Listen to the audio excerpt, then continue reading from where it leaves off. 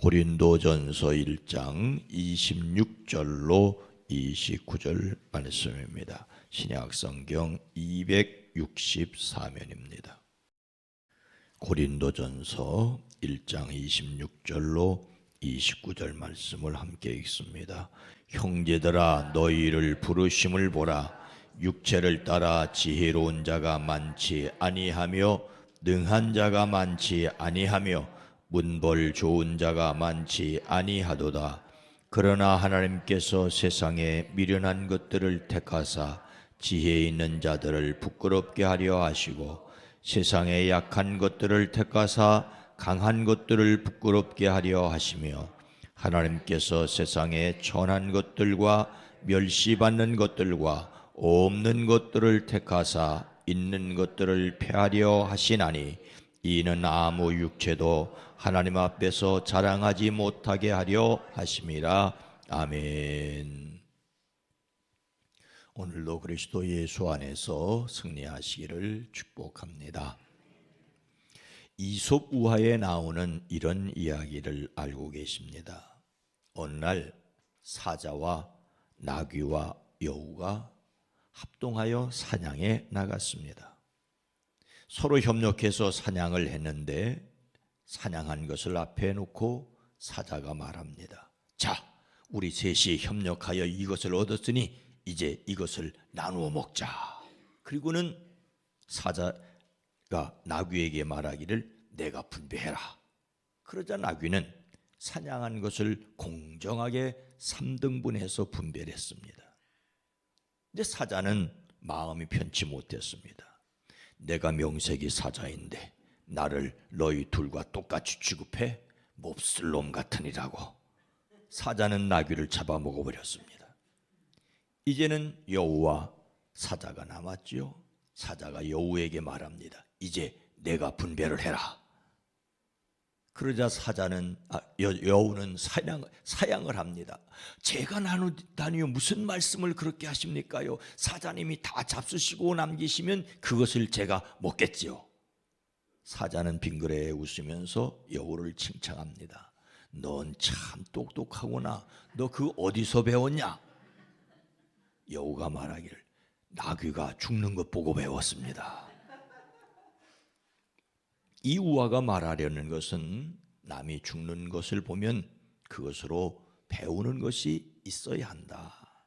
그런데 어리석은 사람은 다른 사람의 실패에서 배우는 것이 없다라는 것입니다.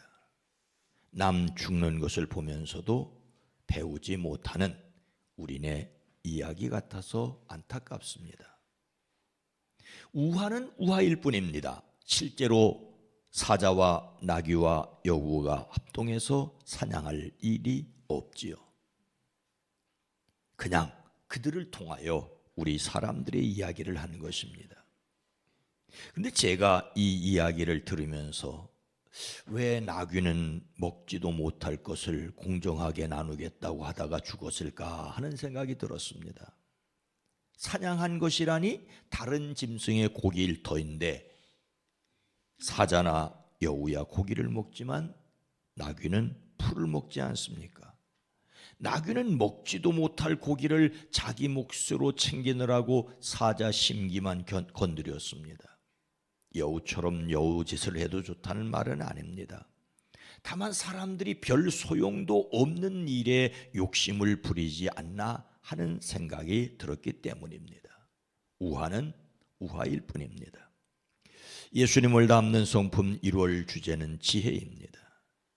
일반적으로 지혜라는 말은 사물의 이치를 빨리 깨닫고 사물을 정확하게 처리하는 능력을 말합니다. 그런데 이 지혜의 반대로 인간의 본성을 꼽고 있는 것은 사람이 본디부터 가진 성품이 잘못됐다라는 전제가 있습니다. 그래서 우리는 하나님이 주시는 능력으로 하나님의 관점, 하나님이 무엇을 보시는지 하나님의 생각을 읽을 수 있어야 합니다. 사도 바울이 전도하였던 고린도 교회 교인들은 사회적으로 어떤 평판을 받는 사람들이었습니까? 26절입니다. 형제들아 너희를 부르심을 보라. 육체를 따라 지혜로운 자가 많지 아니하며 능한 자가 많지 아니하며 문벌 좋은 자가 많지 아니하도다.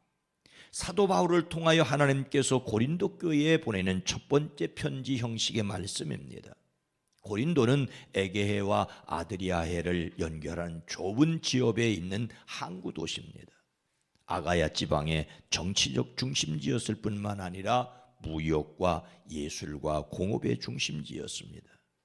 그러다 보니 부도덕하고 술 취하고 사치하고 방탕한 도시의 대명사였습니다.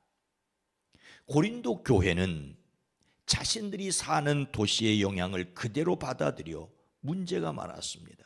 교회 안에서도 문란한 성도독, 우상숭배, 불신자와의 문제, 분파주의, 지식을 자랑하고 은사를 자랑하는 열광주의 등등이 있었습니다. 교회가 세상에 영향을 끼치는 것이 아니라 세상의 영향이 고스란히 교회로 들어왔습니다. 오늘날 교회의 문제와도 마찬가지입니다. 이런 고린도 교회의 문제를 해결하기 위해 먼저 십자가의 복음을 말합니다. 그리스도의 십자가는 하나님의 능력이자 지혜라고 전합니다. 그리스도가 십자가에 달리셨다는 것은 유대 사람에게는 거리끼는 것이고 이방 사람에게는 어리석은 일이지만 하나님이 사람보다 지혜롭고 강하다고 하십니다. 하나님의 어리석음이 사람의 지혜보다 더 지혜롭고 하나님의 약함이 사람의 강함보다 더 강하다라고 하십니다. 즉 탁월하신 하나님을 강조합니다. 어찌 하나님께 어리석음이 있을 수 있고 약함이 있을까마는 지혜롭다는 사람들의 어리석음을 깨우치기 위하여 강하다는 사람들의 만용을 깨우치기 위하여 이런 표현을 쓰고 있습니다. 어쩌면 고린도 교회의 매우 아픈 곳을 찌르고 있습니다. 여러분 자신들을 보십시오. 여러분이 어떤 사람들입니까?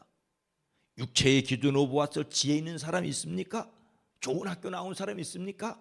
권력 있는 사람이 있습니까? 뭐 세상에 벼슬이 얼마나 높습니까?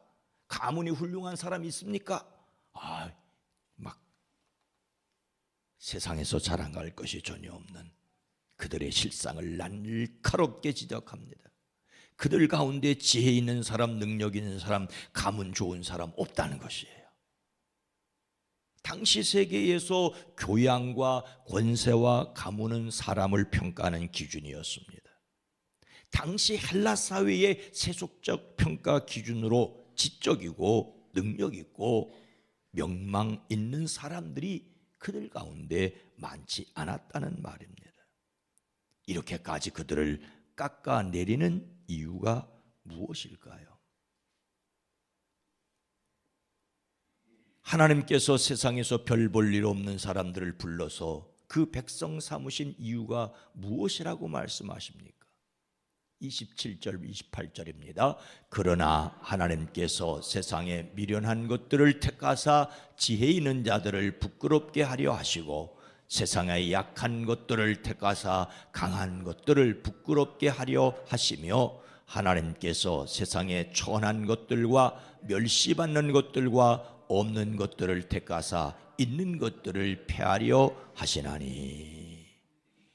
지혜 있는 자들을 부끄럽게 하시려고 어리석은 자들을 하나님이 택하셨다라고, 강한 것들을 부끄럽게 하시려고 세상의 약한 것들을 택하셨다고, 비천한 것들과 멸시받는 것들을 택하셔서 곧 잘났다고 하는 사람들을 부끄럽게 하려고 택하셨다라고 말하고 있습니다. 이것은 그들을 자신을 돌아보게 하는 것입니다. 이렇게까지 말하는 이유가 뭘까요? 그들은 자신들이 잘났다고 서로 다투었습니다. 그들은 저마다 말하기를 나는 바울 편이다, 나는 아볼로 편이다, 나는 게바 편이다, 나는 그리스도 편이다 하며 편가름을 했습니다. 바울에게서 배웠다는 것이, 아볼로에게서 배웠다는 것이, 베드로에게서 배웠다는 것이 유세 떠는 근거가 되었습니다. 그들에게 한편으로는 이렇게 준엄하게 경고하면서 다른 한편으로는 하나님을 자랑해야 할 것을 말씀하십니다. 간곡하게 부탁합니다.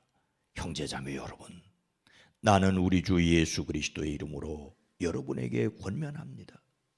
여러분은 모두 같은 말을 하며 여러분 가운데 분열이 없도록 하며 같은 마음과 같은 생각으로 뭉치십시오.